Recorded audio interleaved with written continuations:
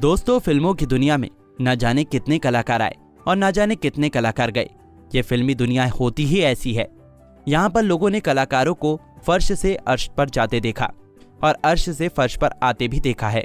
ऐसा ही एक कलाकार था जिसने अमिताभ बच्चन, मिथुन चक्रवर्ती और गोविंदा जैसे दिग्गज कलाकारों के साथ स्क्रीन शेयर किया और अपने अभिनय से लोगों को एंटरटेन भी किया। लेकिन 18 सालों से वो बेहद खराब स्थितियों से गुजरता रहा और आखिरकार एक दिन इस दुनिया को अलविदा कह दिया। जब वो ये दुनिया छोड़कर गया तब उसके पास उसका अपना कोई नहीं था। दोस्तों, उस कलाकार का नाम था महेश आनंद। जी हाँ, वही महेश आनंद जिसे लोग कई फिल्मों में विलन के रूप में जानते हैं और उसकी अदाकारी का लोहा मानते हैं। करीब 2 दिनों तक उनकी लाश कमरे में सड़ती रही और उनके आखिरी वक्त में उनका अपना बेटा भी उनके पास नहीं था। आज हम आपको इस वीडियो में उनके प्रारंभिक जीवन, करियर और निजी जीवन से रूबरू कराएंगे और ये भी बताएंगे कि उनकी मौत कैसे हुई। तो जानने के लिए वीडियो के अंत तक बने रहें। अगर हम बात करें इनके प्रारंभिक जीवन की, तो इनका जन्म 13 अगस्त 1961 में हुआ था। जब वो 2 साल के थे तभी उनकी मां का देहांत हो गया था। उनकी मां का नाम तारा देवी था, जो कि एक एक्ट्रेस थी और उन्होंने फिल्म कृष्णा रुक्मणी में काम किया था। महेश एक्टिंग में जाने से पहले एक मॉडल थे। वो दुनिया भर के मॉडल्स में बेशुमार थे। वो एक मार्शल आर्टिस्ट भी थे। कराटे में ब्लैक बेल्ट मिलने के बाद वो दुनिया भर में जाकर प्रतियोगिताओं में हिस्सा लेने लगे थे। यही तक नहीं, बल्कि वो एक ट्रेंड डांसर भी थे।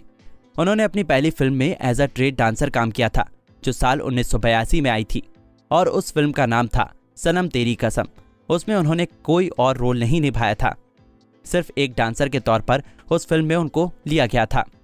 उन्होंने अपने करियर की शुरुआत बतौर एक्टर फिल्म करिश्मा से किया, जो 1984 में रिलीज हुई थी, या फिर यूं कहे कि उनकी पहली फिल्म एज एन एक्टर करिश्मा थी, जिसमें उन्होंने बहुत बेहतरीन अभिनय किया था। उनकी दूसरी फिल्म भवानी जंक्शन थी, जो साल 1985 में आई थी और साल 1987 में वो अपनी तीसरी फिल्म शहंशाह में नजर आए थे। दिखने में हैंडसम, शरीर से फिट और मार्शल आर्टिस्ट होने की वजह से उन्हें फिल्मों में एक के बाद एक रोल मिलने लगा। उन्होंने हिंदी के अलावा और भी कई भाषाओं में काम किया था, जैसे कि तेलुगु, तमिल और मलयालम। वहां पर भी उन्होंने अपने अभिनय का छाप छोड़ा। उनकी पहली तेलुगु फिल्म साल 1989 में आई थी, जिसका नाम लंकेश्वरुदु था, और दूसरी फिल्म साल 1994 में आई थी, जिसका नाम SP परशुराम था। उन्होंने तेलुगु के कई अन्य फिल्मों में भी काम किया था। उनकी पहली तमिल फिल्म साल 1994 में आई थी, जिसका नाम वीरा था, और उसी साल दूसरी फिल्म में भी वो नजर आए, जिसका नाम पेरिया मुरुदु था।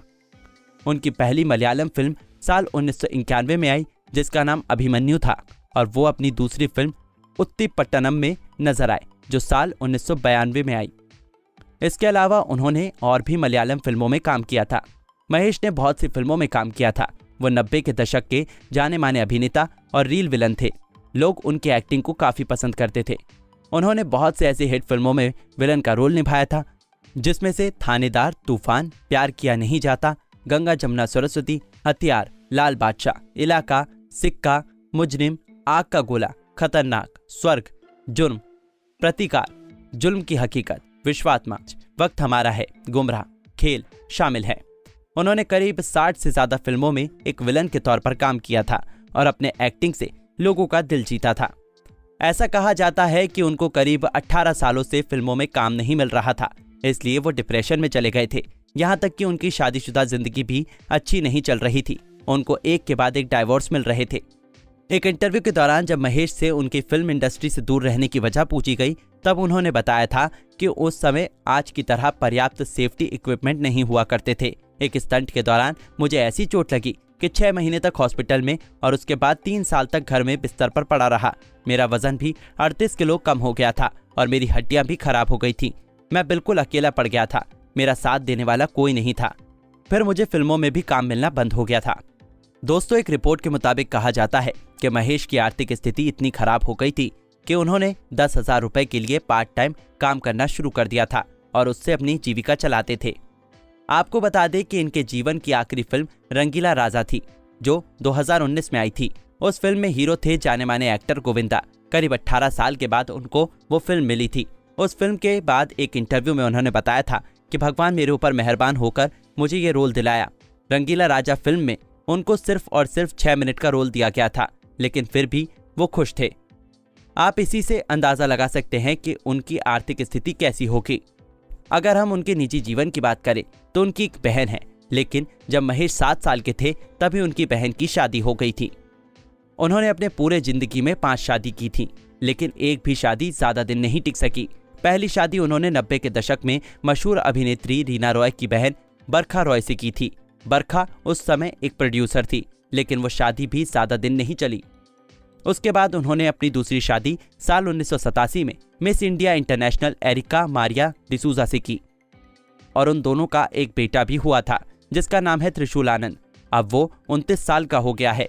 वो भी अपने पिता की तरह डैशिंग और हैंडसम दिखते हैं। फिलहाल वो कनाडा के टोरंटो शहर में रहते हैं। फिर तीसरी शादी साल 1992 में मधु मल्होत्रा से किया, लेकिन वो शादी भी सफल नहीं हुई। उसके बाद उन्होंने साल 2000 में उषा बचानी से शादी की और फिर अपनी जिंदगी की 5वीं और आखिरी शादी उन्होंने साल 2015 में रूसी मूल की एक महिला से की जिसका नाम था लाना। ऐसा कहा जाता है जब महेश ने उषा बचानी से शादी किया था तब उन दोनों का रिलेशन ज्यादा दिन नहीं चल पाया था और महज 2 साल के भीतर दोनों का डाइवोर्स हो गया था। उषा के प्रेग्नेंट होने की खबर भी आई थी, लेकिन बाद में उन्होंने महेश पर शराब के नशे में रेप का आरोप लगाकर तलाक ले लिया था। महेश की मौत 9 फरवरी 2019 को हो गई थी और उनका शव उनके कमरे में ही मिला था। ऐसा कहा जाता है कि उनकी नौकरानी के 2-3 बार डोरबेल बजाने के बाद भी जब अंदर से कोई आवाज नहीं आई तब उनकी नौकरानी ने तुरंत अपनी बहन को बताया, जो वर्सोवा पुलिस के साथ वहां आई और दरवाजा तोड़ने पर पता चला कि उनकी मौत हो चुकी है। उनके बगल में शराब की बोतलें और प्लेट में कुछ खाने के सामान रखे हुए थे। ये भी कहा जाता है कि उनका अपना बेटा उनकी मौत पर नहीं आया था। महज 57 साल की उम्र में ही उनकी मौत हो गई। महेश की मौत एक दर्दनाक तरीके से हुई थी। जैसा कि हमने आपको बताया, महेश आर्थिक स्थिति खराब होने के कारण डिप्रेशन में चले गए थे और आखिरकार उन्होंने अपनी जान गंवा दी। लेकिन हम उनके द्वारा फिल्मों में किए गए शानदार अभिनय को कभी नहीं भूलेंगे और हम उम्मीद करते हैं कि आपको उनकी ये जीवनी पसंद आई होगी। अगर आप उनकी अदाकारी और उन्हें पसंद करते हैं तो वीडियो को लाइक जरूर करें और ऐसे ही अनसुनी जीवनी के बारे में जानने के लिए हमारे इस चैनल को सब्सक्राइब जरूर करें। धन्यवाद।